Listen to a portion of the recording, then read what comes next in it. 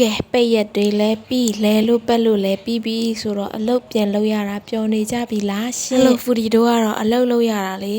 စိတ်နှစ်လို့မရသေးဘူးဖြစ်နေတဲ့စိတ်တရားလေလွတ်နေတဲ့နွားမကြီးလို့ဖြစ်နေပါတယ်ဒီကြားတဲ့ကုံချမ်းလေးတွေကပြက်နေတာဆိုတော့ကုံချမ်းလေးတွေရှာဖွေ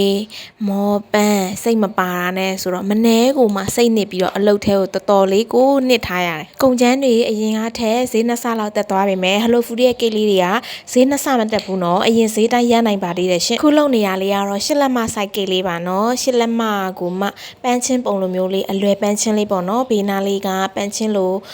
ချင်းကွက်ကလေးတွေနဲ့အရင်ပုံဖော်လိုက်တဲ့အညိုရောင်လေးပေါ့ပြီးတော့မှအလဲမှာပန်းလေးတွေလိုက်ဖြည့်တယ်